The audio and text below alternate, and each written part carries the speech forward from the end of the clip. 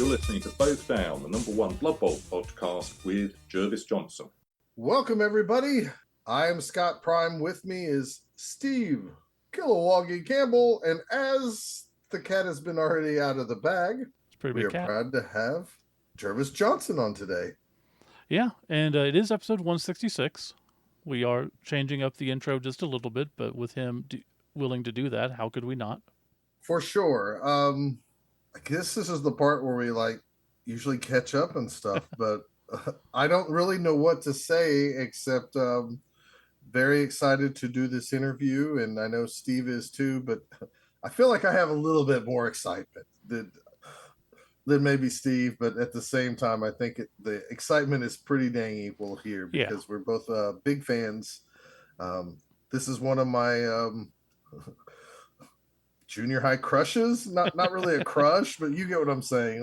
It's just there's a few people in the gaming world I'd like to talk to, and after today I've hit both, so that's a good thing. So yeah, and this really came about. We've tried to get him on before, but he's always been elusive, and so we're on Zoom, and Scott thought he was being smart and turning off the microphone when he coughed, and he turned off the video. I hit the wrong button. I was actually trying to be considerate and not cough and hit the audio button, but instead I hit the video like an old man. So we are professionals. I am. But yeah, I've been trying for years, trying to get him on. Of course, every single time he's been nice and been like, I can't do it. You know, I work with GW and all this. I'm like, I get it. No problem. Well, I eventually started seeing him popping up on video podcasts and stuff on YouTube. And I'm like, he must not be under an NDA anymore. So I reached out, and we were all, cards on the table. We were supposed to do this a little while ago, and then scheduling conflicts popped up, and it's hard to get Scott, I, and a third person, especially someone from Europe, or England, I guess technically not Europe. But we did get everything done. We've got it recorded. And yeah, I don't think we really need to get into anything about catching up. We can do that next time. This is kind of a special episode. Yeah, and if this is not something you've tuned into, I'm sorry, but you really should. This is going to be a great episode. And don't worry, the next episode's going to be full of tournament talk. So because I know Steve has gone everywhere in the world. By next time, I will have, let's see, what will I have? Because I just went to Sevens last weekend. I've got one in Colorado in a couple of weeks. We haven't talked about the Wyoming one yet, so I got the Wyoming one as well. So that's right. That's what I'm saying. There's always stuff to talk about. And then I think in this month or next month, you wrap up your Bison stuff. And August 10th, yeah, a couple weeks. Oh, yeah. I mean, that's not a couple weeks. That's 11 days from now. Yeah, week and a half, basically. So, so anyways, we'll have plenty of Blood Bowl tournament stuff from one side of the half of people who don't have kids so they can travel everywhere in the world. But until then, enjoy this interview with Jervis Johnson.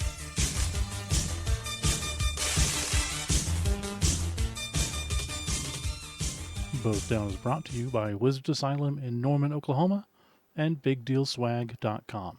If you're in Norman, Oklahoma, check out Wizard Asylum for all your board game needs. If you're looking for tournament swag, go to BigDealSwag.com.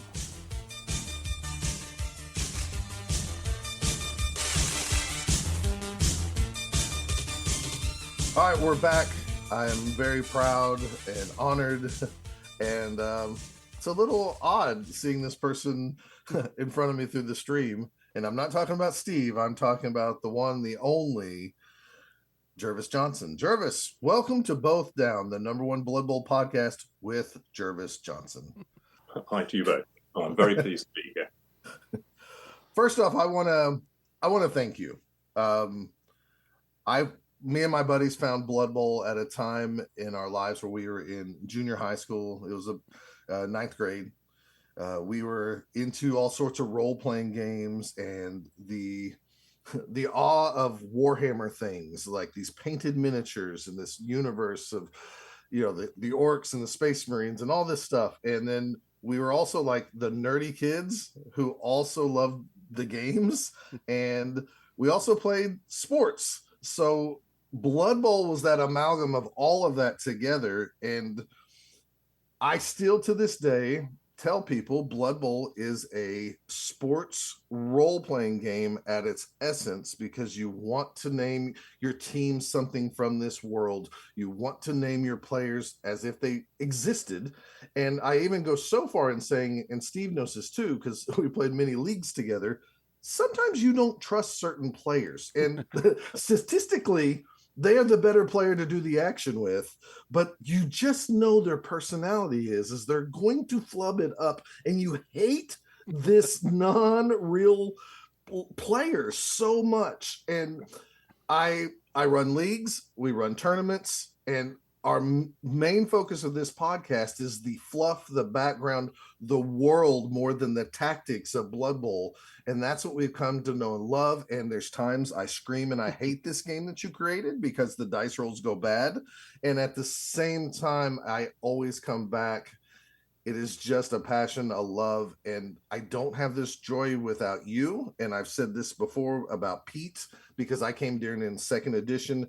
Pete to me is kind of like you have Stanley and Jack Kirby. You have Pete created the visual world. Now, I don't know if he had help from everybody. I've heard his side, but you've created all the rules and you got us there. And I assume you had a team of people, but I don't know.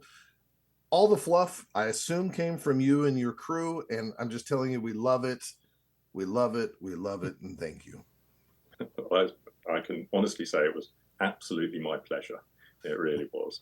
Blood Bowl's always been a great project to work on, and it's a strange kind of like feeling when you see something that was in your head at one point or another kind of like sort of go out there and actually basically get a life of its own. It's a bit like having a kid in a way, but there's a point that you get to where you can't control it anymore. It's like you just got to say, okay, off you go, do your best out there, basically. And Blood Bowl's definitely like that. It's because of the community and the people who feel so passionately about it. It's become, almost like a living thing somehow or another. And I can say, well, I was around early on and I helped create it, but actually, I don't know. I mean, games design, I often say, is a bit more like working on a movie than writing a novel.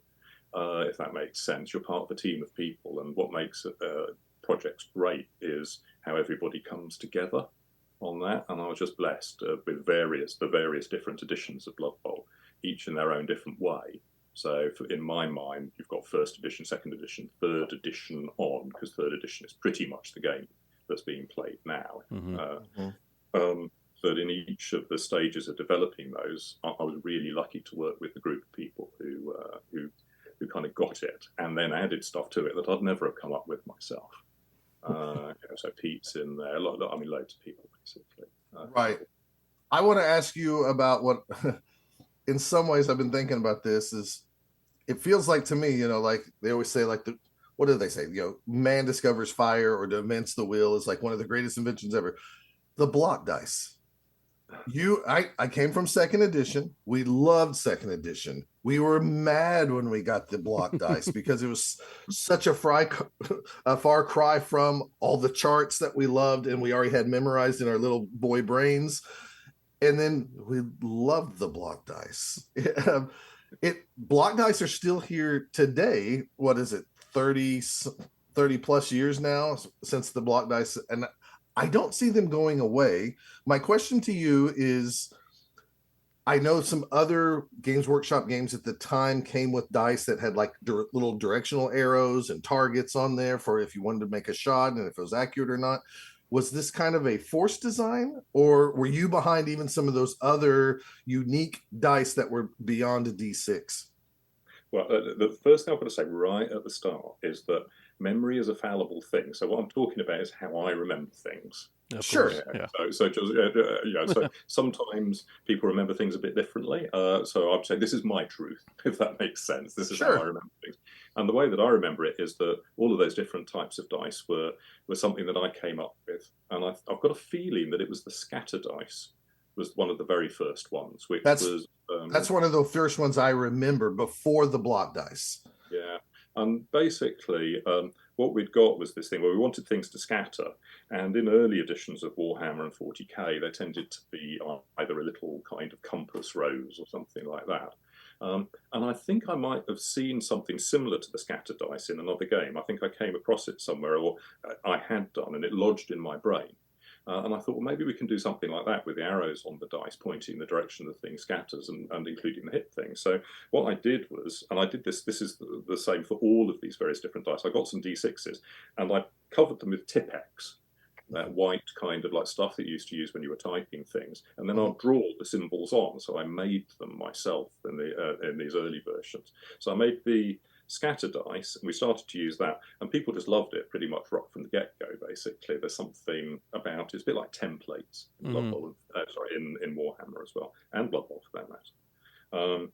And people like those little things, and so then we did another version. We did something to do with automatic fire. But when I came to Blood Bowl, I knew that these things were popular, so I got my jar of Tipex out when I was working on 3rd edition, and I thought, well, rather than having a table that you look D6 roll up, let's see if I can come up with some symbols and do it straight on the dice, because then people are going to get their special dice. They'll have a special name, and they can look cool. And there's some people really don't like looking things up on tables.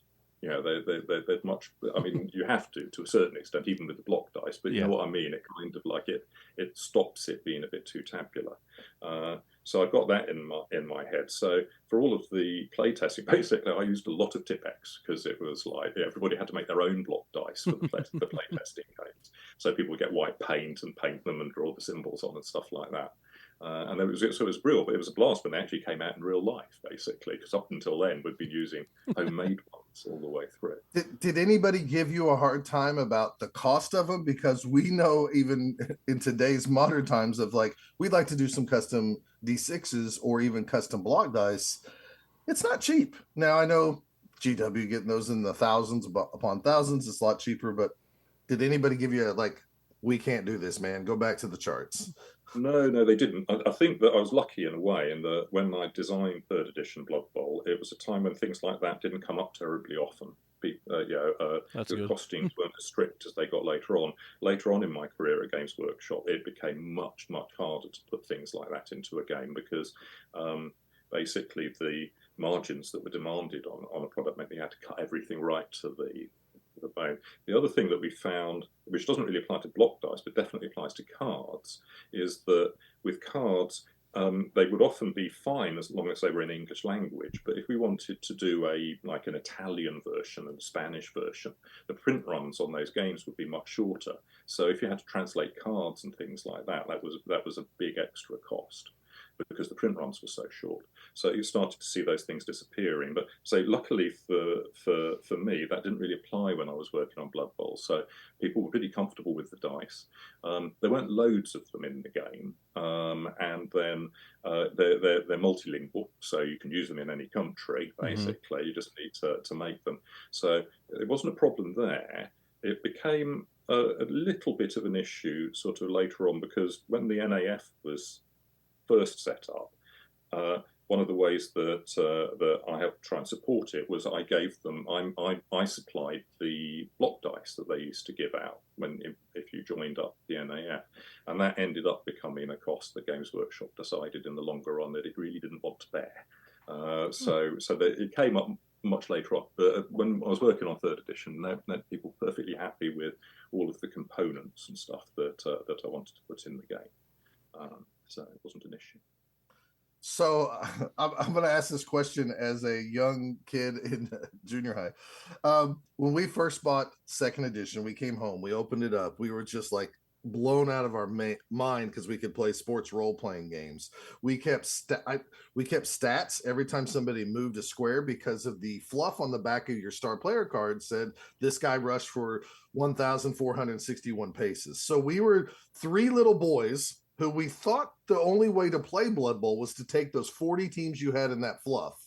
And there was only 3 little boys. So we divided them up into 13 teams apiece. we shared the Hobgoblin team because they were supposed to be the worst team possible in the fluff, and we kept stats for every time a player moved with the ball. We kept stats for everything. We played a 16 game schedule with all 40 of those teams, me and my two buddies. This is why we didn't discover girls until later in life, because we had to like create the next season of Blood Bowl. We completed it. And you know, there's that big hole in the fluff of like the NAF broke up or NAF broke up or whatever it is in the fluff. Well, let me tell you something. In our world, the Orkland Raiders were the ones who beat the Oldheim Ogres in the finals, the Blood Bowl that year. So if you're missing that key, you can go plug that in at any time you want. And it made everybody mad because it was two of my teams in the final, and my buddies decided to make me play it by myself because they were too busy rolling up star players because we were going to have a draft because we read about the crush in the fluff and we were ready to just draft some new star players. So if you ever were curious who won the Blood Bowl that year in our world, that's who it was. It's very good to know, and that sounds completely insane, but in a good way. it was really insane, and we were little kids who were like, the Oldheim Ogres have ogres, but we don't know what else they have. And one of my buddies said, it must be Skaven. It seems like it's Skaven. And you can imagine how messed up the team was having a fast Skaven on there with a bunch of ogres, but we just rolled with the punches. We did a lot of fun things like that. So again, it's thanks to you, but I remember a lot about second edition as the polystyrene pitch. That you used to get with the game, which a lot of people remember very fondly. And it was that was something that we couldn't afford to put into the third edition because basically the polystyrene pitch we'd made something called a Mighty Fortress just before, which used the same kind of technology, I think, to make cards using Warhammer. And around about the same time is when I was working on second edition Blood Bowl, so we decided to put this polystyrene pitch in, which was great. The problem was that the machines that made the polystyrene stuff were basically designed to make packing material, and they just shot this stuff out of the machines, and so you've got this huge wastage rate because they just go flying across the room, and like you lose the crenellations on a castle, or a Blood Bowl pitch would get a huge dent in it and things like that. So they looked great, but there were loads and loads of them had to be thrown away, basically, because they got damaged in the process of manufacturing them. Well, so for third edition Blood Bowl, it was no, we'll go with a cardboard pitch for this one, please, and let's keep it simple.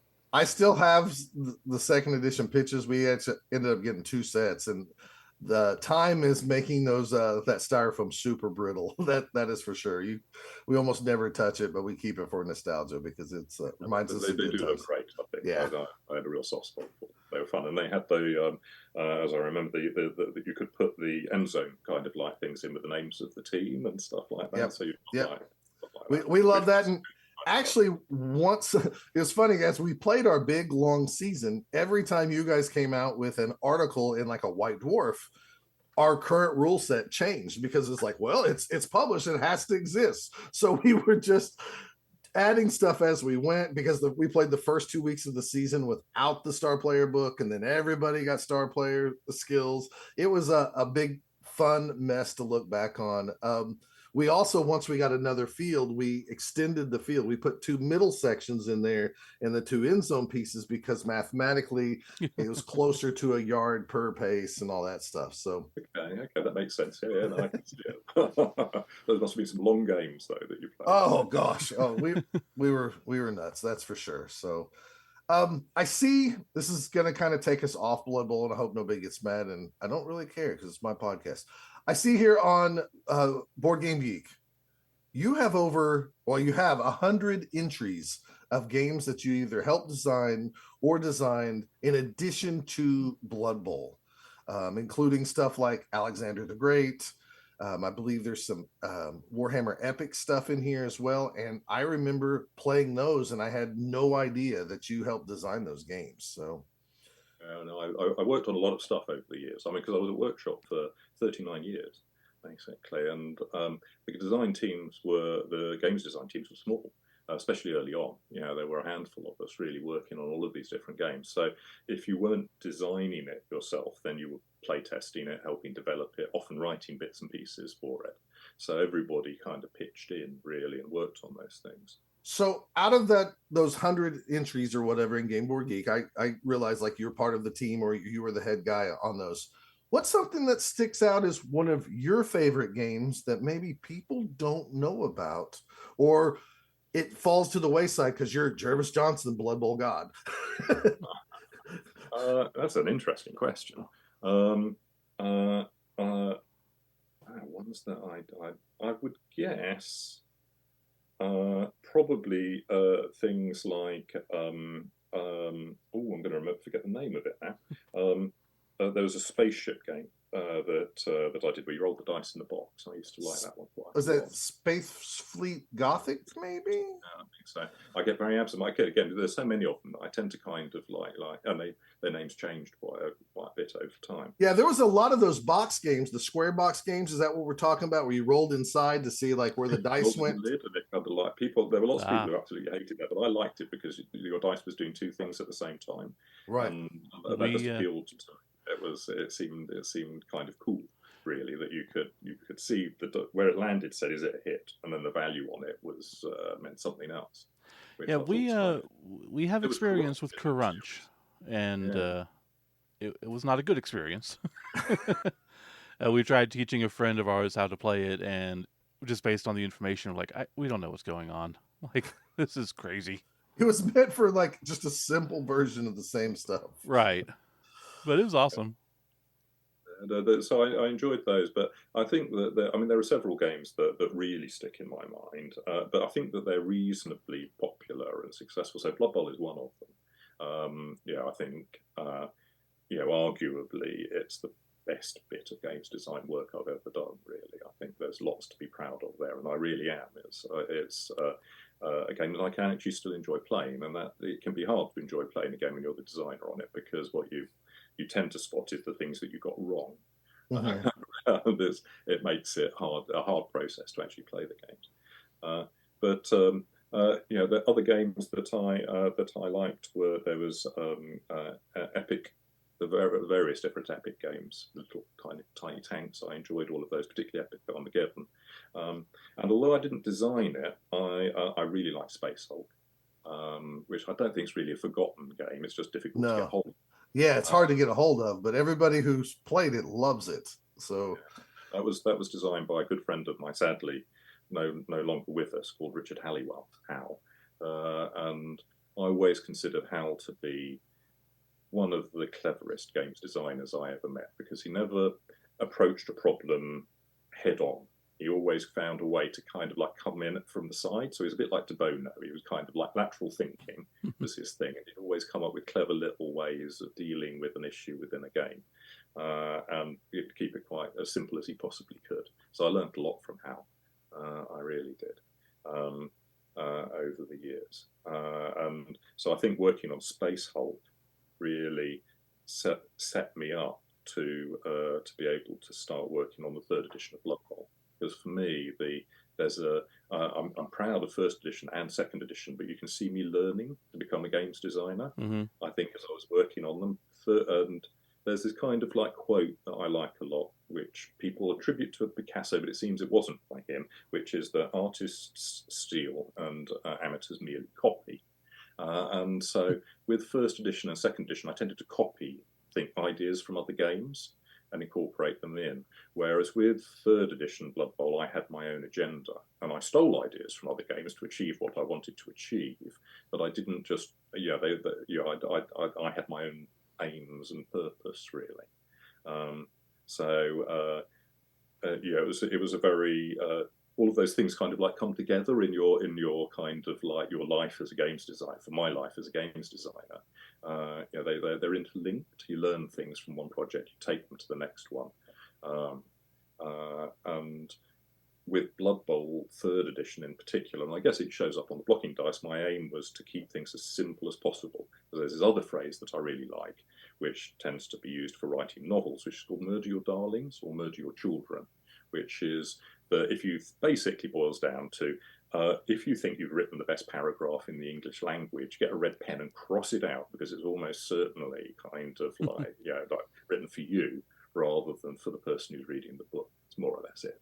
And so what I tried to do with third edition Blood Bowl was say, well, what's the minimum I can do to achieve the result that I want to achieve? You see what I mean? It definitely shows because, as you said, the third edition is essentially still the game that's being played now.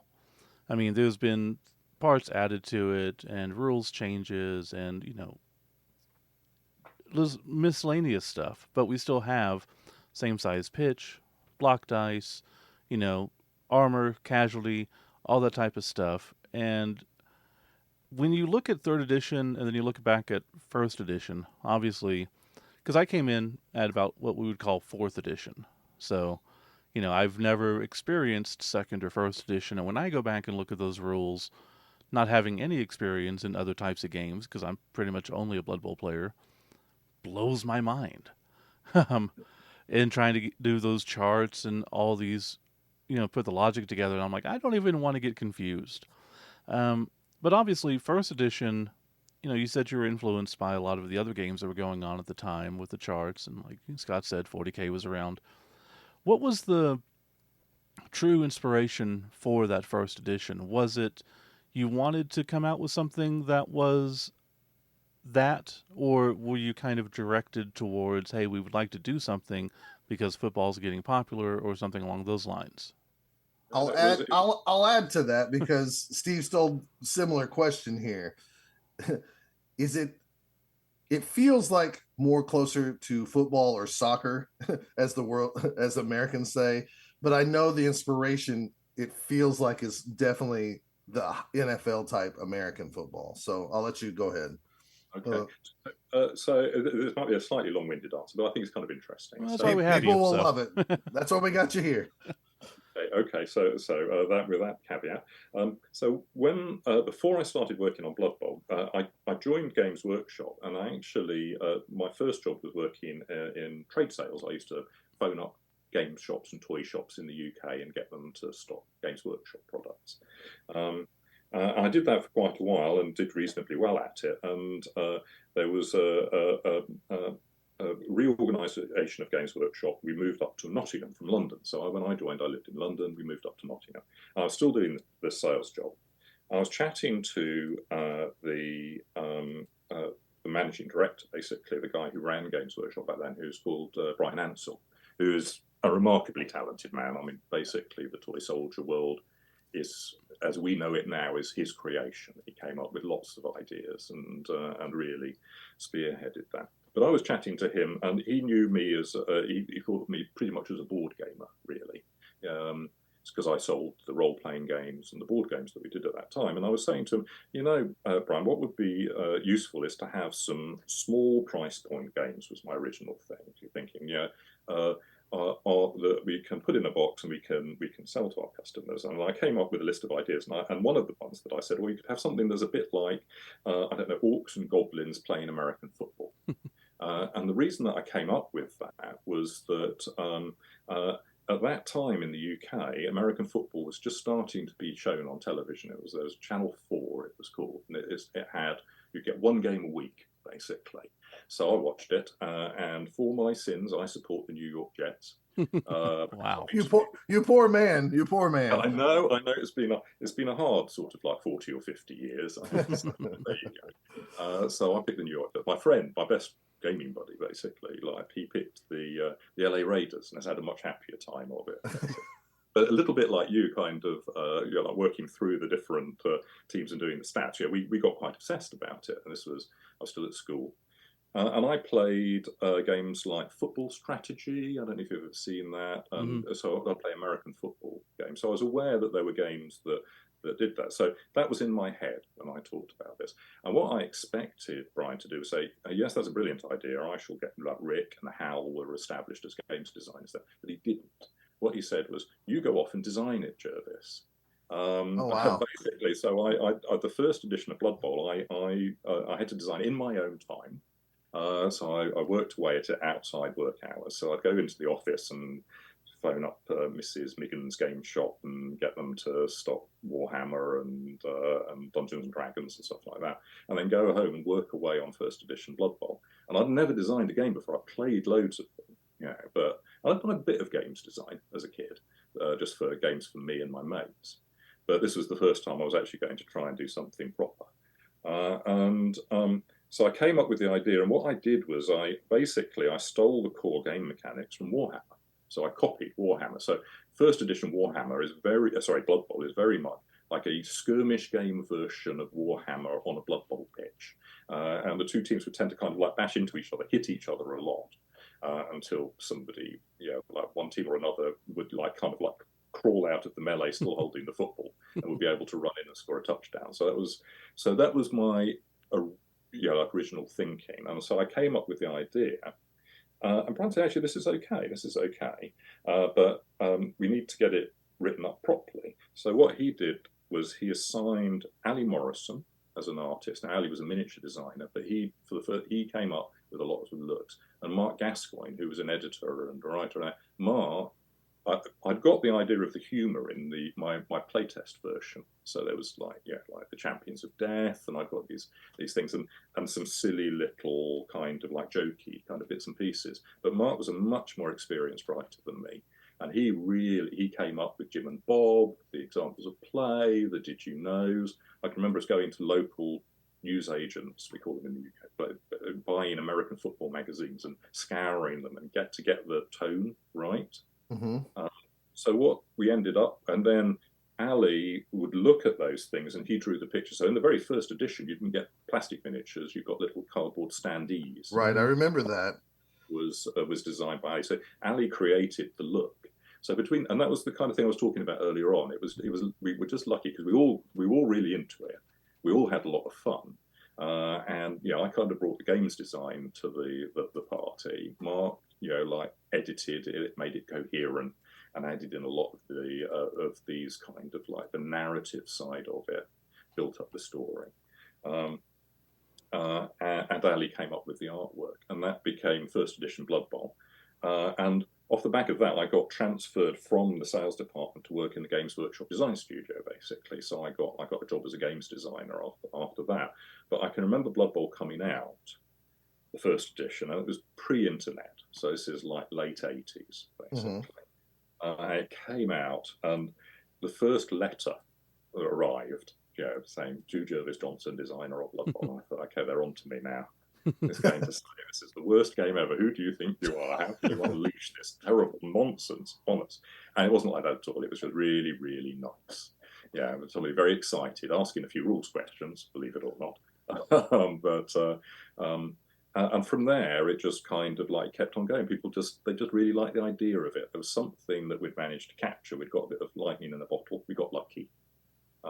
It was in the zeitgeist in the UK, I think, because people just started to become more aware of American football. And I think for a UK, if you're from the UK, then it's much more like American football than rugby or soccer, partly because of the way that it kind of like it's a little bit of a satire on the kind of like the way the sport's presented with the stats and all of that kind of information. It's not. I mean, you get it a bit for cricket in the UK. No. You can get stats, but it wasn't terribly much of a thing.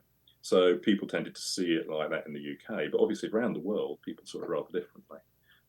And before I knew it, I had to design the first supplement to it. So Death Zone came along. And then pretty soon after that, Brian said, well, a lot of people at Games Workshop at the time, like Brian and Rick Priestley and most other people, they were slightly nonplussed by the success of Blood Bowl because they thought, well, we're about collecting, we want to get people to collect armies and miniatures, and here you just got this team. But we can see that we're selling a lot and it's very, very popular. So they kind of like said, okay, we want to do one with some plastic miniatures in. We need to get this working properly. And that was when I started working on second edition from there. Wow, that's really the story of the early days. It was technically my idea, and I had a lot of influence over that process. But I was blessed by being able to getting a chance to work with some really creative people who took that kind of like rather ramshackle idea in my head and actually were able to kind of make it feel real. That makes sense. Yeah. because that's what the background and the imagery does. It stops it being just chess.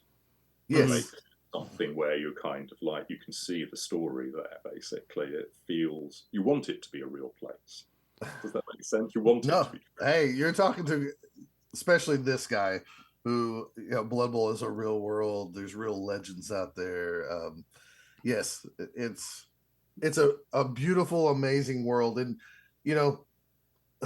I say it all the time just because second editions where me and my buddies came in. So getting hit with that Pete Nifton art all the time, like to me, he's the visual father of Blood Bowl. And from my perspective, why in other people's, there's other artists and stuff, but you and Pete, you guys are like, you're in my little, like I don't know what do I want to say? Mount Rushmore of like my childhood, because I got to play in your sandbox a whole lot. And as a lot of our listeners know, I act like it's my sandbox because I get mad when I play teams at tournaments that don't have a name that fits the world that this is supposed to be in, or if players are just named player 1, player 2, player 3. And it's like, if I'm going to get my butt kicked by you, I want some background to these guys. I want this to get destroyed by a legend on the field and not player 3, so yes, I totally understand. It is a real thing to us. I got a few more questions. I don't want to step over Steve in case he has questions. I have one, so that is actually related to second edition, sort of. Okay, you go for it. What's that behind you?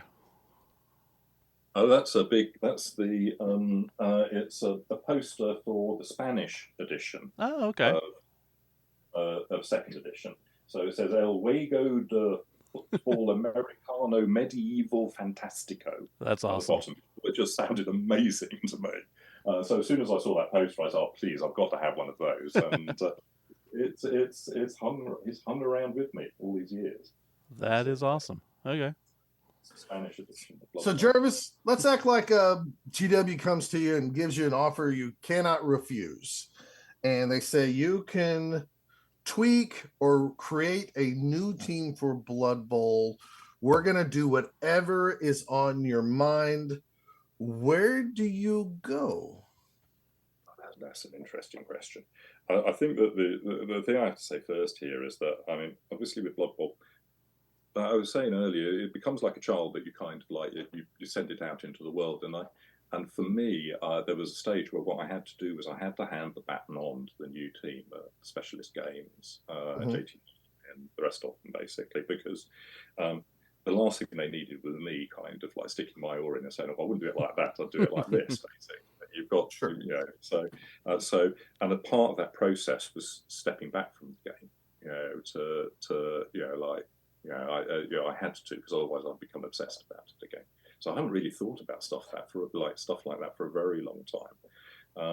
But I think that what I'd probably do is I'd have a look at the teams that are there, and I'll try and find something that was a little bit out there. I like the funny, wacky teams myself, so it would be something like goblins or halflings or that. I really like the big guys and the little guys teams. Mm-hmm. It took a while to get them to actually work as they did in my imagination in the game. So it would probably be something sort of like that, something slightly humorous. But I off the top of my head, I struggle to say I would definitely. This is the team that I would create. What I'd need to do is have a think about it, basically, and then see what's out there already. Because you need to find. I think with any game that you're designing, because I'm going to go off at a slight tangent here, if that's okay. Yeah, of course. So, I mean, you were talking about Blood Bowl being a role-playing game, and for me, I think that the way that I tend to think of Blood Bowl is it's like a tabletop war game that's played on a board. So a lot of the elements that make Warhammer 40k so popular, you get in microcosm in Blood Bowl. The team, and particularly that comes through with the team rosters and the way that you pick a team. Now, a lot of games where you've got really nice miniatures that you play on a board with, they tell you what you've got to do. They say this is the force that you're going to be setting up. The Blood Bowl doesn't do that. What it does is it works like Warhammer and 40k does. So you've basically got a little army list, and you pick the team, and that means that team is pretty much unique to you. And each of the teams is a little bit different. They've each got their little niche. That's the idea that you. So what you want, there's no point adding an extra team in if it's just a reskin of one of the other teams. To my mind, what you want is it's got to be able to kind of like find a little tiny bit in there where it's unique and special, won't quite play like the other teams as best you possibly can.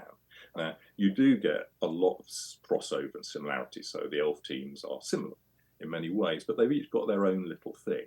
And so that's what I'll be looking for. I'll be saying, okay, what could I do here that would create a team that isn't quite like the other teams that are around, but it's got its own little kind of niche, a little bit, the thing that you kind of go, oh, this is cool. No other team does this thing. So I don't know if you That's what keep I up want to with play. current stuff, but they did just release Gnome Team. So it is stunty and has big guys and plays completely different than anything else. So it's kind of like right up your alley.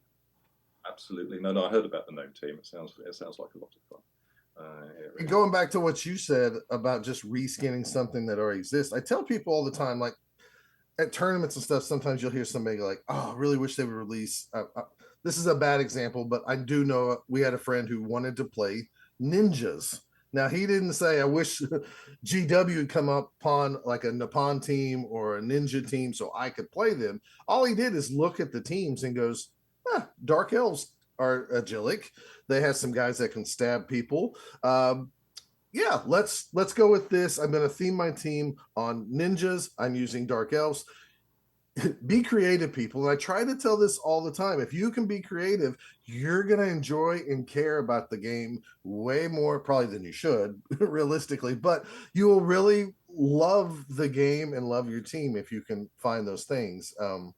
And I think that's a really good point because that's different to what I was just talking about. I think that level of creativity you can get in there, and you can kit bash stuff, and you can say, well, I'm going to use this team list, but I'm going to use this completely different set of miniatures, or I'm going to make my own story up here. And I think that's completely legitimate. And I love stuff like that when I see it. It's a really important part of the hobby because it's about ownership. That team is yours. It is unique. And for me, people, like over the years say, well, like, what are you most proud of working at Games Workshop? And it's not particularly the games that I've worked on. It's that I worked for a company that people say that like kids nowadays, they've got no attention span. They want instant gratification and be able to do things. And Games Workshop's created this hobby, which is the total opposite of that.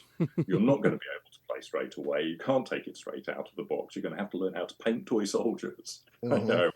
Learn the rules for the game, which take a really long time. But what you get is that thing that you've created is totally unique and yours. And so it's not quite, nobody else can have one quite like that. It's your Blood Bowl team, it's your 40k army, it's your Warhammer army. And I think that's the fact that Games Workshop's successful shows that there are plenty of people around who that's really important to. They want to be creative like that. They want to be able to look up at their shelf. I'm looking over at my shelf over here. We've got some wild Blood Bowl and stuff up there. That they can say, well, this is mine. This is, nobody else has got one quite like this. It's such an important part of the hobby, and people are a lot more skilled than me because I am a rubbish figure painter and things. I'm a good games designer, but the rest of the aspects of the hobby not quite so strong. But you get people, you go to a Blood Bowl tournament and you see some of the teams, and you go, this is just unbelievable, the amount of effort and time that's gone into making this extraordinary artifact, basically. Yeah. Yeah, that's a huge part of it. And I'm the type of person that, like you, I don't paint particularly well. I can get by, but I typically don't have the time. However, we've got a lot of friends and I go to a ton of tournaments. And like just recently, we had one of our friends, Mike Patterson, he took a team that a designer made and was like, "Hey, I would like to have custom dog heads on this team. Can you do that?" They're like, "Well, yeah, we can, but it's a lot of work and effort." He goes, "I don't care. Do it." So they did it, and he had a full team just with unique dog heads from dogs that he's had in his past. And they're expertly painted. He's got a diorama that has like a fire hydrant for the sideline so they can, rest, and it's got a dice tower built in with dogs and a sauna. Just who else would come up with that? And the fact that it's not just a dog team, it is literally his dogs that they patterned them after, and he painted them to look like. And that's just one random person from Texas.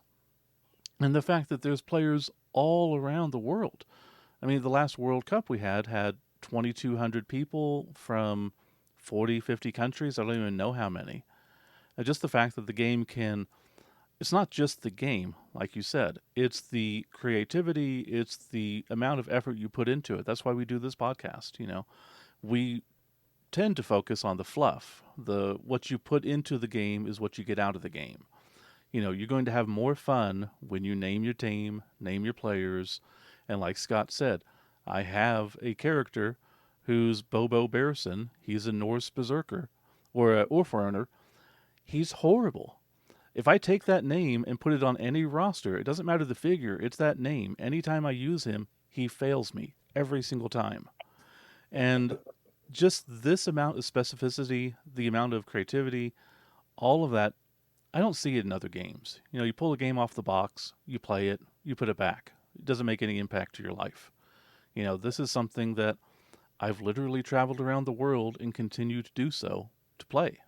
And that all comes back to it. Yeah. No, it's humbling when you see the passion that people feel for something that you help make. With the fluff, how much in those early days, I know it's a team effort, but how much in those early days, and maybe even in second edition specifically, how much of the fluff is, I guess, you like? I know there's lots of other people, but like the fluff is so important to me. It's even like today when those Spike magazines come out, which I think are wonderful because it gives a person a chance to really read the background and stuff like that. But they try, but there's just a little bit of magical, and I don't know if it's heart or if somebody's just doing their job, but they're really good because when I read a Spike magazine, I want to go play that team. But at the same time, it's missing just a tiny bit of, and maybe it's because I've grown up, it's like watching Star Wars when you're 10 versus when you're 50. It's maybe not so magical, but I feel like there's just something missing, and I don't know if that is Jervis's hands or Jervis and his crew's hands or some really fun did you knows sitting around the background, which we used to love those things. How much of the old fluff did you come directly from you? I think that Mark Gascoigne created a lot of the original fluff, and a chap called Stuart Parkinson as well, who actually came up with the history of Blood Bowl. He wrote that kind of like the first history about how Blood Bowl became invented. So he made that up. And Mark filled out a lot of the background. So what I tended to do was my early writing, I wasn't very confident at writing because I'd really never done it before, or games design. But I felt more comfortable designing games. So what I tended to have were kind of almost like, they would be like a paragraph, and so they had the humour in there. But I learned a lot from working with Mark, and so with second edition, I started to become a lot more involved in writing that. And what I did was I emulated Mark as best I could, basically. That's what I tried to do. And I reused as much stuff as I possibly could from that had already been created for the first edition.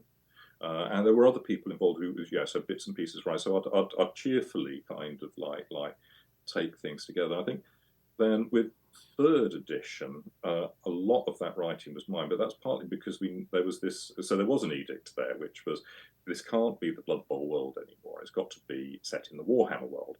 And I was like, are you sure about that? It seems really weird that in the Warhammer world you've got Blood Bowl teams going around. There's no, we want it. So it ended up where I think really is a parallel reality for a while, where it was kind of like the Blood Bowl world, but I had to make up a whole bunch of stuff there to kind of get that to work. So the background in third edition was me, and now what it's doing is it's kind of like effectively morphing back much more to second edition. And for me, the second edition background as a starting point made a lot more sense, and it had a lot more humour in it. Mhm. So you had a lot more of those kind of like obviously satirical kind of elements like cabal vision, which I think lasted through, but it got toned down a bit, I think, to start off with third edition, but particularly right at the beginning when there was a certain amount of pressure to say, we've got this Warhammer IP and we want everything to be in it. Right. So I did my best, but I think that once people realised actually this makes no sense whatsoever, so it slowly it became the Blood Bowl world again, really, which is a bit like Warhammer, but really quite different in many ways. And certainly, I think the new editions of the game that's become more and more the case. So I think that. I mean, the short answer to that is I created quite a lot of it, but the inspiration for me were the other people I was working with who were better writers early on. And then I sort of tended to copy them and then kind of like go with the flow, basically. I think I got reasonably good at writing the background. So I think if you look at third edition, you can see the bits that I've been reusing and copying from earlier on. Right. And you can spot that any bits that are new, that's probably me making that up with, I can't remember who the editor was. Having a good editor really helps because I'm a little bit dyslexic. So I tend to put in entertaining kind of weird typos and stuff like that. So having a good editor definitely helps and keeps you on the straight and narrow. But by the time I got to third edition, I've been doing a lot more writing in White Dwarf magazine as well. So I thought kind of like I started to get the hang of it, got more confident about that. Jervis, was there a mechanic that you had to abandon that you wish would have made it in any version of the game? I don't care if you told me you wish it was in this current edition or first edition. Was there something that like you thought you were at home or having a beer with your buddies and you thought this would be amazing and you tried to force it and it just didn't work? Well, I think that the answer to that really lies in third edition, because I think with first edition and second edition, the thing that I constantly struggled with was that I knew that I wanted the game to have. I didn't like so first and second edition you played to 3 touchdowns. I think it's the first. Correct. Edition. There wasn't like a first half and a second half, and restarts, but and I never really liked that. And I tried to address it in one of the supplements where there was the kind of like the more realistic, a bit more like American football. Yeah, that was in the red campaign book, I believe, for second edition. And but that wasn't play tested very much, and that was a very long-winded game if you actually try to do it. So, we did. Things I tried to do and tried to get was I kept on having to go back to doing it. The first team to 3 touchdowns wins the game. I really didn't like it all that much. So when I started work on third edition, one of my goals was there was going to be, it was going to be in 2 halves. You were going to have, that feeling of time running out. And I think that the problems when I look back at first and second edition was that because you could do so many things because it was so skirmishy, you tended to lose focus on actually moving the ball around and what was the important stuff. And so the challenge was with third edition was to create a game where it was quicker, the pace was quicker.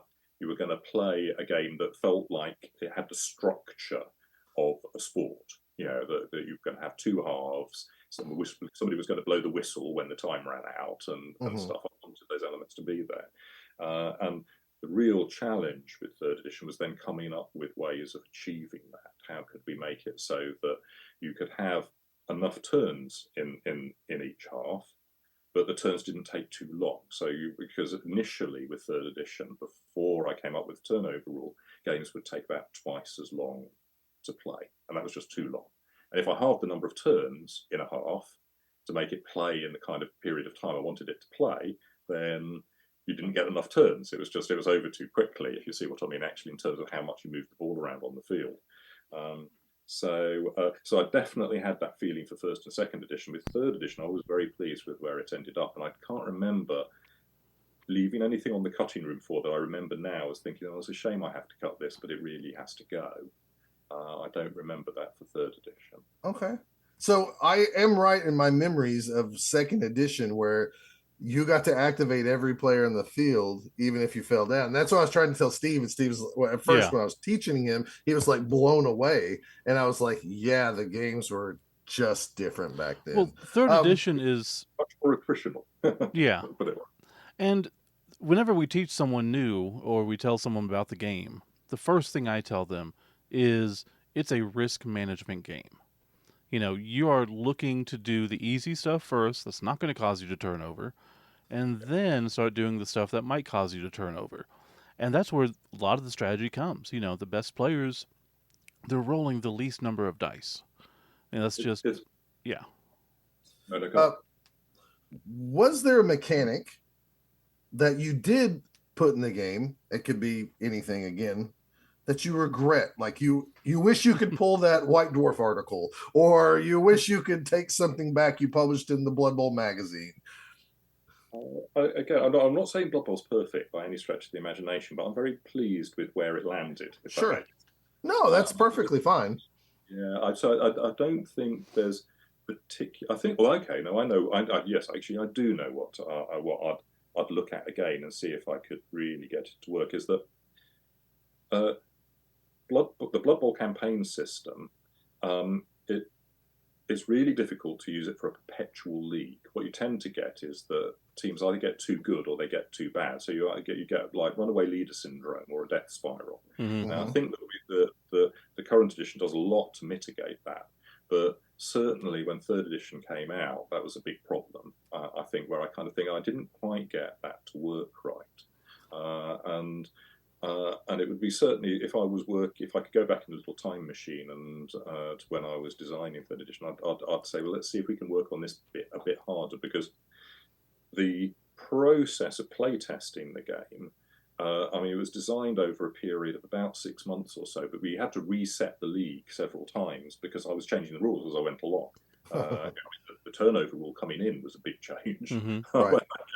And really, you had to reset the teams. So what we didn't have was like 6 months of continuous playing to start to see what happens as if you've got a team that's been around for a really long time. And I think you can probably see me trying to like wrestling with that over some of the bits that I did later on when I was looking after Blood Bowl at Fnatic. Trying to figure out different ways to get a long-term league to work, and so that you've got the teams wobble rather than kind of like just either going up or going down. Does that make sense? Yeah, Yes. absolutely. And for most leagues, that wasn't usually a problem. Obviously, you play year after year after year, starts perpetuating that problem. But where we really saw that problem was the innovation of Fumble, the online version, where people are able to play thousands of games and they're playing the same team thousands of times and they are just creating these monster teams that you have no chance against. And, obviously, technology always has a unique way of exposing problems that you don't expect. But that's, like you said, with the new edition, that's mostly been mitigated. But it was always nice having, at least the inducements back then to, bring in star players or desperate measure cards and stuff like that. Absolutely, and so don't get me wrong. I mean, I think that the campaign system is such an important part of Blood Bowl. Because it does. It makes you. It's that story. It's the narrative. It's you're not just playing these one-off games. Actually, your team is living and growing, and you've got all the guys on the sidelines as well, and all of those other little bits and pieces. I think make it seem like it's a simulation of something real. Mm-hmm. And they're really important, I think. So right from very early on with Blood Bowl, the idea of leagues and campaigns, and that players were going to earn experience and grow and get better was always an important element within the game. I think that as a games designer, what you've got is that you're kind of like wrestling with the you can make random tables and have all kinds of crazy stuff going on, but you've got to sometimes the maths gets away from you, if that makes sense, and you create this kind of monster kind of thing where it looks good on the page, but actually when you've been playing it for a bit too long, you find this is starting to fall over now. So we had the same kind of problem with Necromunda, and Mordheim to an extent as well, which go very similar in the way that the gangs or war bands kind of progress over the course of those games. I think it's a really interesting problem because you definitely want the narrative. And what I've just got a feeling that somewhere or another, or somebody's going to come up with something where it's actually quite a different way of running the leagues, but it does create that feel more like you get in American football, where teams have, they don't stay good all the time. Mm-hmm. Right. You get your like Super Bowl winning kind of like amazing team where suddenly everything's together, but it's quite difficult to repeat. It does happen, but at some point or another, they're going to be coming down. And the difference between the top teams and the bottom teams is close enough so that the bottom teams have always got, even if you kind of say, no way are they going to win this game. They might do. They might have that chance. And I think with Blood Bowl, when you've got like a very experienced team, it can be like, that other team really doesn't stand a chance here. Yeah. Which isn't really what I wanted to achieve. So I wanted the difference to be closer, but still have that you can feel the players progressing and learning and going through a little trajectory of kind of stuff until they finally have to retire, really. All right, I got another one for you. Second edition. We're looking at chainsaws, and this is what I'm going by memory, and I know you probably haven't touched it in 30 years yourself, but second edition, I was telling Steve how like you could give a chainsaw to a lineman positional. So like a human lineman had 3 agility, and he was going to use that chainsaw against a dwarf blocker who had 2 agility. You would get +1 on your chainsaw sweep. I told Steve about how 3 little boys who discovered that halfling linemen with 4 agility were like the bane of existence for treemen and ogres. And we love taking chainsaws on halfling linemen because they got a +2 almost everywhere.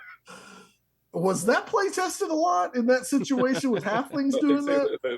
No. The second edition it wasn't play tested enough. The studio was tiny at the time. Okay. We did a lot of stuff. So a lot of the people talk about, nowadays Workshop has reasonably big teams, and you do a lot of play testing. The third edition Blood Bowl really benefited from the play testing that we were able to do, because what we found was that the studio then, there were about 50 or 60 people who were all serious hobbyists. And Blood Bowl was just great because we could play one half in a lunchtime and then the second half after work, or you could stay after work and finish a match. So we just had this nuts league going on. Almost everybody, in my memory, was joining in. There were loads of teams, so we got a lot of play testing compared to the early versions. But going back to the chainsaws in second edition, the inspiration for that was that I was somewhere, I think in a shop, or where somebody had got their scratch-built skeleton Blood Bowl team, and they'd scratch-built a little chainsaw on one of the guys just off their own bat. I thought, that is just so fun. So I stole the idea, basically, and I incorporated it in. And the only thing that I really remember about it was, I thought, well, I'll read up a little bit about chainsaws to see what it's like using them. So you have to be very careful with kickback with a chainsaw, where it kind of like, so I think there was some kind of kickback roll where you could end up hitting yourself if you roll badly. It certainly is. Yeah, there is currently. I don't remember for sure if there was in the second edition, but it's been so long ago. Third edition. I might be mixing things up. But so it was shoehorned in very quickly, and so I must admit, it doesn't surprise me that they potentially could get a little bit out of hand in a way that I hadn't anticipated. It was just too good an idea to not include in the game, basically. Is that where I think we got our first glimpse of the chainsaw like imagery? Was a skeleton chainsaw guy done by Pete, so that's where it came from. Some guy at the hobby shop with his custom. Sure that's what I remember. It might have been in the piece of artwork that Pete came up with. But in my memory, I was in a store and I saw this little model. I thought, that's a great idea. That's awesome. Yeah, but I think that there's a lot of stuff that happens when you're working on a game like that. It's not like me kind of saying, I've got this brilliant idea, this is what we're going to do. You're talking to people all the time, so ideas swirl around. People come up with brilliant things, which you just say, yeah, okay, that's a great idea. We'll incorporate that in.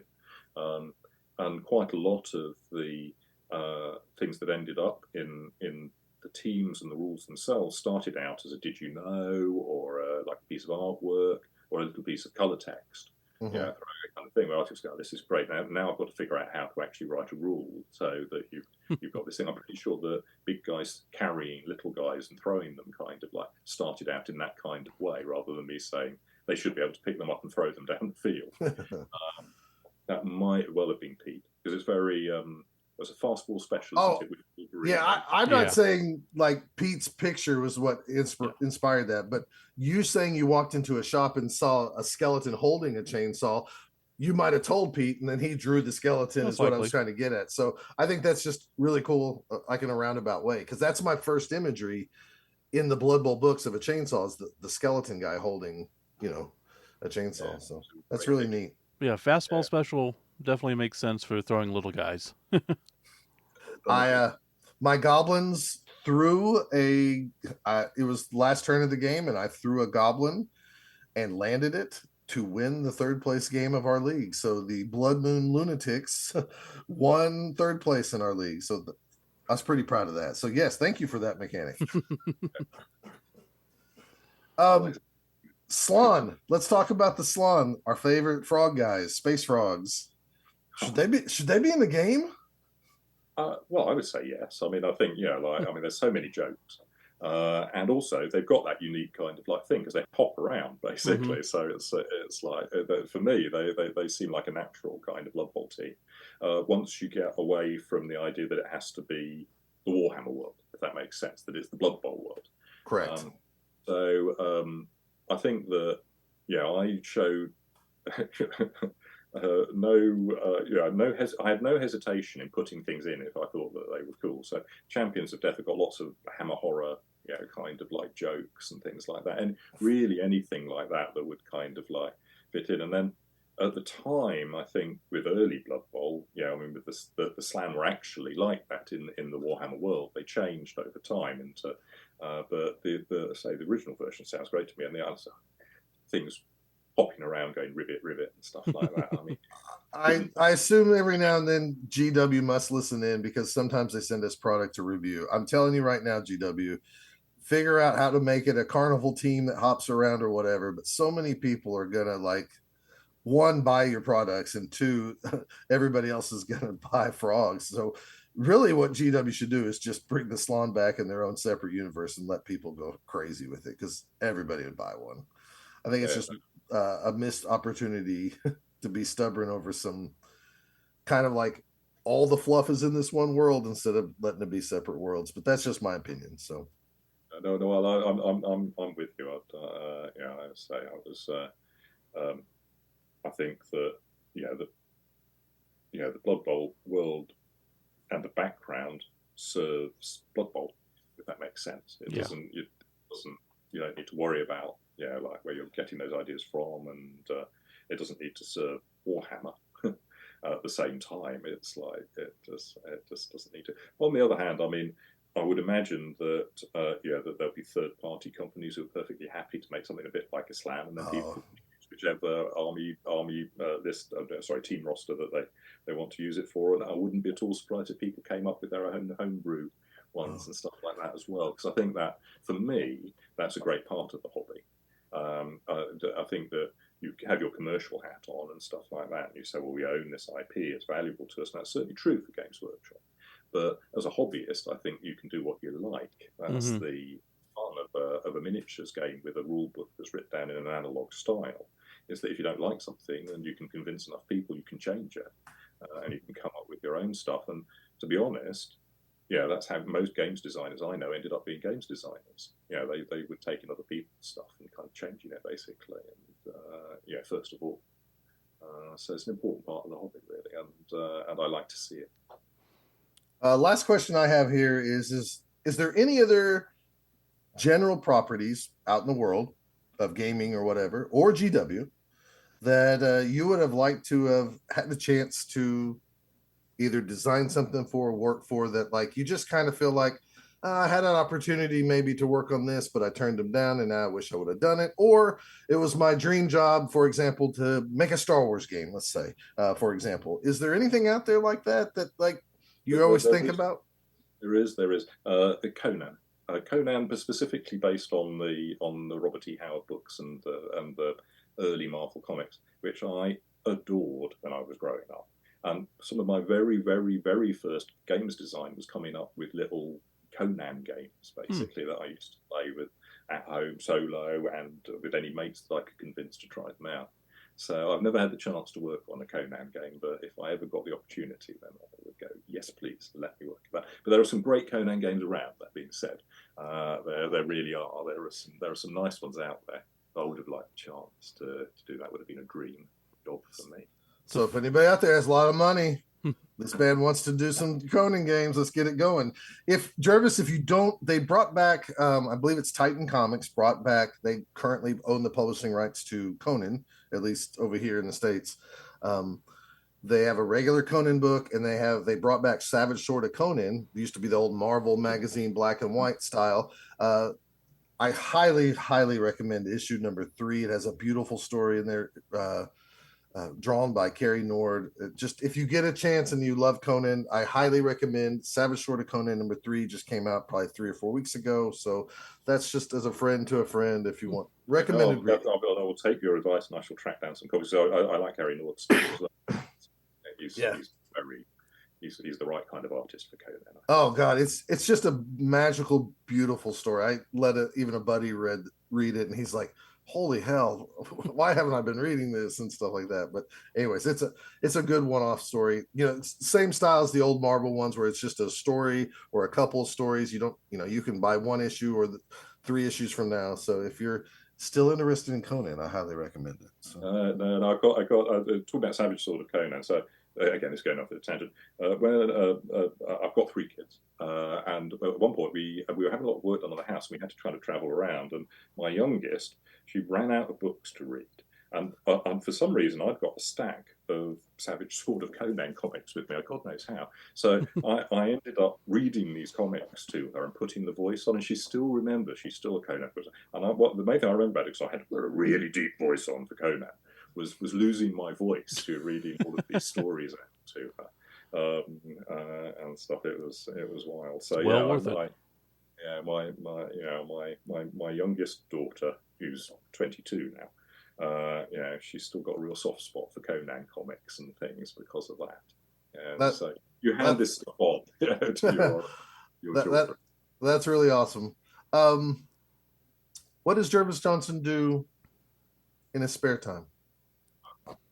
Oh gosh. Well, I think the problem. I mean, I play games. Obviously, I'm semi-retired now, so I've got a little bit. I retired from Games Workshop about 3 years ago, and I'm doing little bits of freelance work. I designed a historical war game, which with my friends, the Michael and Alan Perry, who run Perry Miniatures, which is available for free from their website.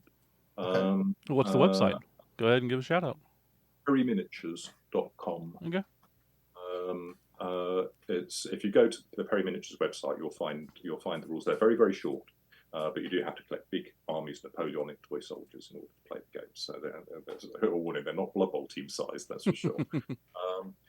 So I do little bits of games design work and play games. But the other thing I do, I live in a bit of England, just outside Nottingham. I love going for walks around here.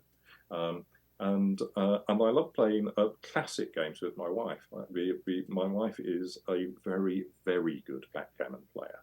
And backgammon and Blood Bowl have real similarities. There is we play most days. And she can be so lucky sometimes. I find like she's got that kind of, what? How many doubles can one person roll? I had to back right. So we play backgammon and cribbage. But so I play all sorts of games. What I don't play is computer games. Really, I don't either. I kind of moved away from playing any video games and stuff. I'd rather play somebody face to face, and people tend to act a little bit different online than they do face to face. When you're playing games together. So there's a thing called Vassal, which because I when I was young I used to play a lot of the Pex and Counter war games by companies like SPI and Avalon Hill. Okay. And there's a thing called Vassal, which is pretty much those, but I only play with people I know. They're my friends anyway. So if they live far away, then I can play games like that. But it's not really a computer game, because all it is it's an interface. It's a bit like this. Kind of like you've got a board in front of you with counters you can move around, and you roll the dice, and then look things up on charts in real life, basically. So It's not really computer gaming as most people would think. So I do that, and I walk. As I say, I've got my kids. I read comics and books.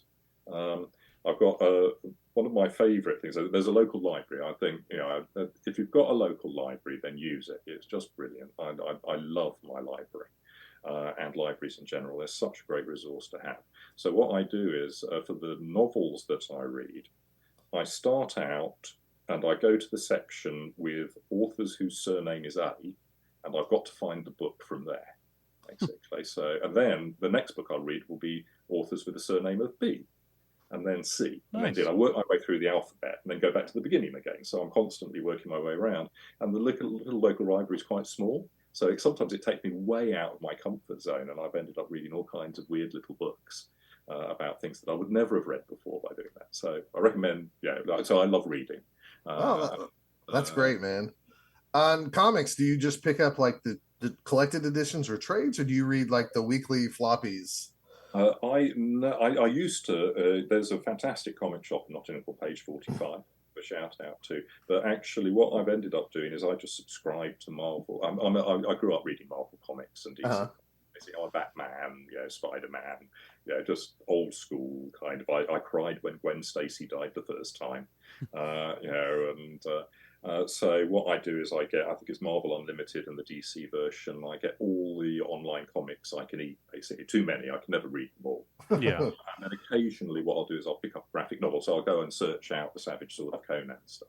Okay. I find that's my comic fix, because when we moved to this house, I had so many comics and we downsized, basically. So my study here, rather grandly named study, what I decided was, if I can't see it, if I can't get to it, then it's going to go. So it's like the shelves that I've got and the space that I've got here limits what I can have. And so if a comic's going to come in and I'm going to buy it in real life, it really has to earn a slot, if you know what I mean. No, that's good.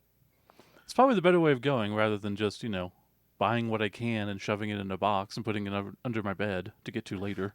But, all of the geeky hobbyists I know, I'm something of an outlier in that kind of way, in that I'm not a pack rat in really at all. That's good. So I've hardly got anything that I've kept over the years. I just don't do that side of things. So I'm quite happy to let stuff go, but which makes me, the exception rather than the rule.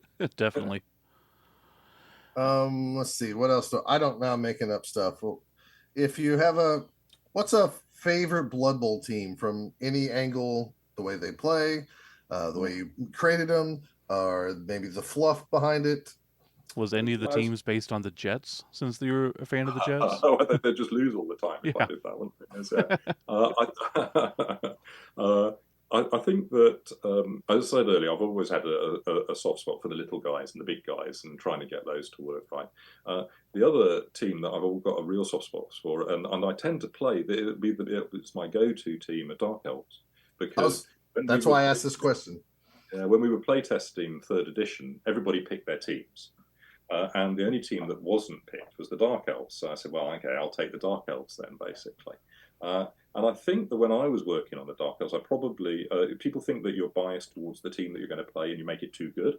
I think actually as a games designer, quite often you can go the other way. And I think that so it's taken a while for the finesse teams to really get to a place where they competed, basically. I think early on in Blood Bowl, finesse teams tended to just get there, and that's partly down to me not wanting to kind of like overcompensate, because I was actually playing that team, and I was aware that I could just make it too good just because I kept losing all my games. And I think that what I learned in the end was, you lose all of your games because you're not a very good Blood Bowl player, Jervis. There are people out there. I may have invented the game. That doesn't mean that I'm very good at playing it. Yeah, I asked that question because I know when you came over for a Chaos Cup, you played the Dark Side Cowboys. And you even use that name. And I tell this to people all the time. If you're struggling for a team name, go grab one from the fluff. It's so much better that I get my butt kicked by the Dark Side Cowboys or the Asgard Ravens than just like team name is like Norse with no name. It's like, that's a horse racing name. That is not a Blood Bowl team name. So, I get mad at stuff. A lot of the new background and like the championship games in 3rd edition Blood Bowl, the original rulebook, that was our studio league. being played there. They were the names of teams. If they hadn't, we obviously reused lots of the famous ones, but a lot of the new stuff was studios teams, and the actual results of those games and the bits where it sort of says this happened and this happened. That's based on the playtest campaign that we ran. That's So awesome. we started. I can't remember how far. That explains why the Evil Gits went from like a not very good team in second edition to third edition fluff. There was times where I was like, holy hell, they made it to the Chaos Cup and stuff like that. So no, absolutely. They were. So Andy Chambers, who I mentioned earlier on, I missed his flight to Australia for he was very good. My goodness gracious me, he was a fearsome Blood Bowl player, and ran the Skaven. And he was he was a handful. But it was great. You could see all kinds of stuff and lots of little, and people would write notes. We'd go and have cups of. There was a coffee room then, and there'd be a big board there with people putting stuff on it and kind of like smack talk, all of that kind of stuff, good stuff. So basically, speaking, I captured as much of it as I possibly could and incorporated it into the rule book, so it was preserved. And then for a little while, the winners of the Blood Bowl were based on actual tournaments that were being run for Blood Bowl. We tried to kind of like action, but that was difficult because some of the names that people used for their teams just were rubbish. Basically, it just didn't fit. Once you opened it up with that like that, you had to be a bit careful because there were some names you just couldn't use. Well, there's times I run a league, and when me and Steve lived together, we ran a league together down at the store here. And the season's now we're on like season 10. And I tell people in that opening meeting of first day, it's like, if I do not approve your team, it's not going to get played. And I don't care if you play your entry or not, I'll give you $10 back. I said, it has to feel like this world. And if you need help, I'd love coming up with this, give me some background. Oh, they're orcs who are savage and they just want to, get in shape. Okay, let's go with that. And, we can make up where they're from. And, there's maps out there. And I tell that people all the time, and I'm really strict about it. And yet I've had players who got mad because I made them change their team name at the beginning of the season, come to me at the end of the season and go, you've actually made Blood Bowl more fun than I've ever had before. Thank you. And they didn't even do well. Like they lost first round of the playoffs or whatever. But the experience of name your teams, name your players, act like you care, you'll love and enjoy the game even more. So I agree with you entirely. And I think naming the team, getting an appropriate name. And appropriate names for the players as well. It takes a bit of effort, but it's definitely worth it because it just they feel like they're from the universe world, basically. Yeah, you're just managing them. Well, we certainly don't want to keep you all day. We'd love to. We're happy to have you back sometime. Going off the team, I got one final question, and maybe this will come to nothing. Do you know any history of the Arctic crag spiders? Because that is like the most loved non-famous team name. We start talking to people and like, oh, I love the old fluff. I'm like, and they pick a random name. It's like, it's always the Arctic crag spiders. I'm sorry, I'm going to have to let you down. That's fine. The name, obviously, but how it came about, I really, really can't remember. No worries. The only information we have is they must be Norse. Well, yeah, exactly. I think that what we wanted was it to feel like they came from all over the world. So you've got these, different environments that they lived in. It wasn't just, like in the old world as such. But no, I'm sorry. I wish I could remember, but I figured it was a long shot. But yeah, it is a name that people do love, and I even took him to Chaos Cup one year and won the most casualty award with them. So it was an honor to do that with some of these team names from second edition. Lastly, I just want to say thank you very much. This I know it's stupid and it might feel stupid or whatever, but I owe a lot of great friends, great memories, and you got me through some times in my life where a game and some friends is all we have, and we have you and your designers and your artists to thank for that. And I'm being sincere here. We found out even doing this podcast, like we reach people we never think we reach. Somebody will we've had the emails that said I've been in the hospital for 2 months and you got me through this when I didn't want to be around anymore. We're a community. And so again, I just want to thank you for, maybe it started as your job or just a love of creating games, but you've created, we all can thank you for this. We thank your artists and thank you and the designers who've come and tweaked the game afterwards. Thank you very much, from a little boy who was 14 when he found your game. And from Gary Brown, he wants to say hi and thank you. From Robert Henry, he wants to say hi and thank you. And our friend Drew also wanted to say thank you and hi as well. We really enjoyed it, and it was a pleasure having you on. And I hope this is not the last time, but if so, I cannot believe you're even here, because I heard you never do interviews. Thank you very much for being on Both Down. And when we cut the audio off, we're gonna make you say Both Down's the #1 Blood Bowl podcast, because you love our show, and we're gonna lie to people, but we're gonna do that after all this is said and done and we end this. But again, Jervis, thank you very much, and I'll let Steve end this out. Yeah, and as you said, I know we've been on this side of it too, where it's like, I didn't do anything. What you take of the product that we do is on you, and obviously, but like you said, it's like a child. So just know that the child you've put into the universe has done great good for many people, and that's as much as anyone could really hope. So if you have any final words, we'd love to have them. Otherwise, we're happy to have you. Well, thank you for having me, and thanks for those kind words. As I said, it's humbling, really. It really is, and something I take real pride in having been involved with. And it's always fantastic to hear just about the community of players out there and how they support each other. It fills me up. It really does.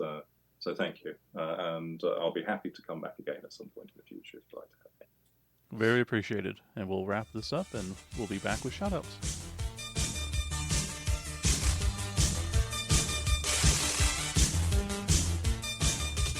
We are back for the final part of the show after that exciting interview for Scott.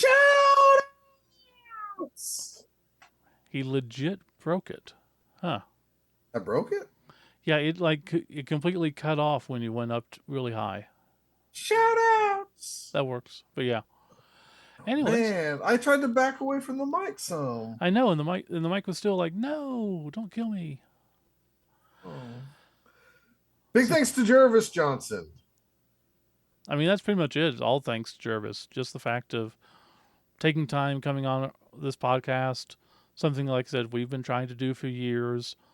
Obviously, you could tell how much it meant to Scott to have him here, and for sure. Same to me, not as much because I didn't play the older versions, but still. Since that interview, I've been thinking of things we should have asked Jervis, and then some board game things that I'm like, hey man, I'd like to tell you about this. But then I'm like, dude, he doesn't really like you. Well, he might. I'm just saying, yeah. There's no way to it's not like we had 3 dates. We had 1 date so far. So I'm not sure, but I'm already maybe one day we can get him back on the podcast again.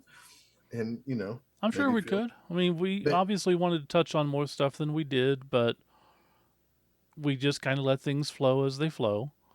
And it was a really, as everybody heard, is just really easygoing type of interview. I asked everything I had, written down on my phone.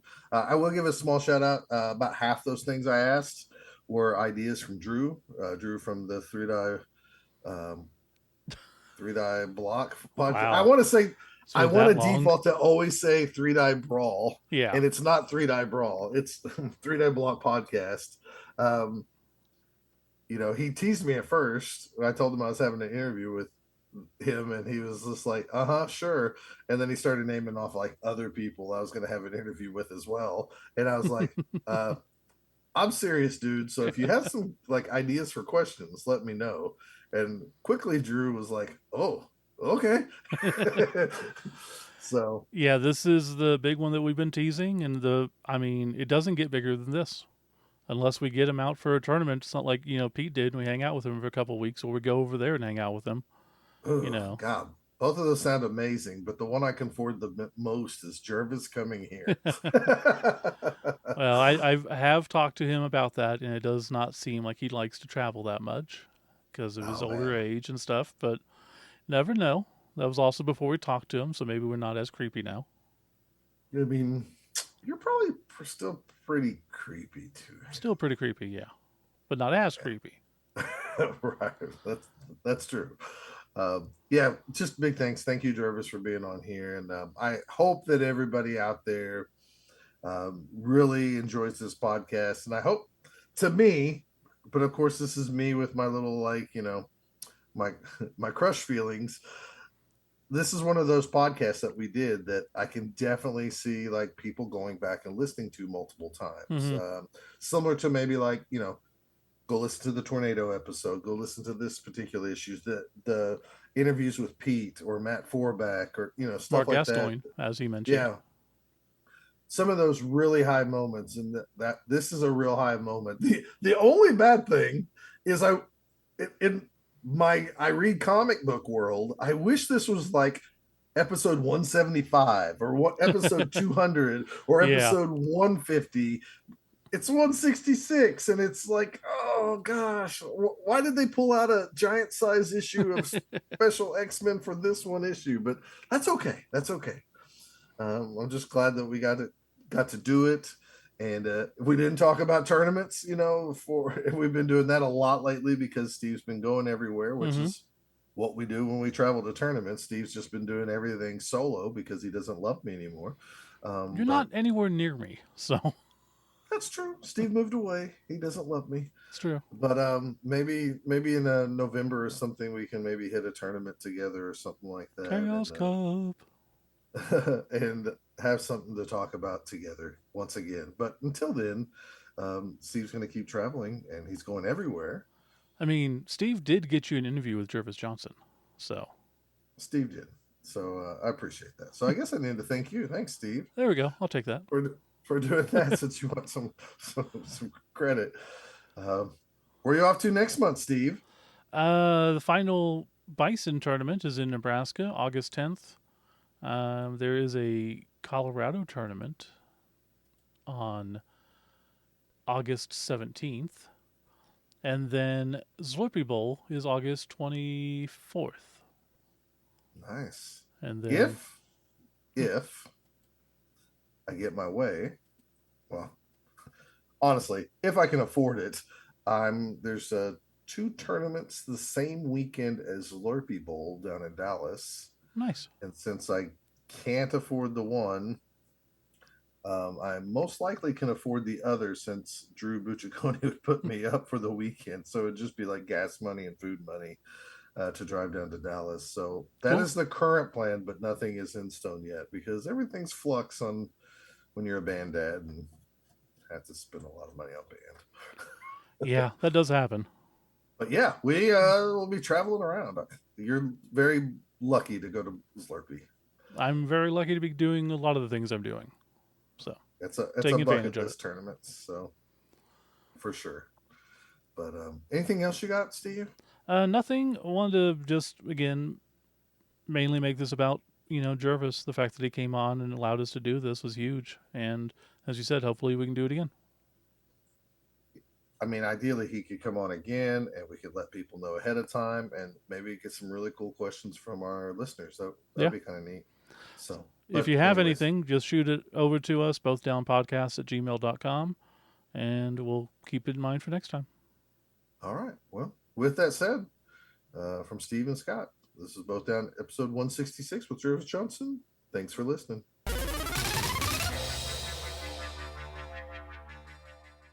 If you'd like to email Both Down, the email address is bothdownpodcasts@gmail.com. Or for more information, you can visit them at bothdown.com or at facebook.com/bothdown.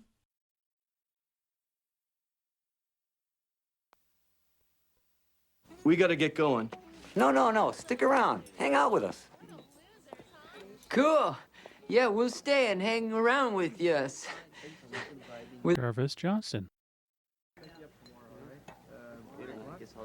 We're not worthy! We're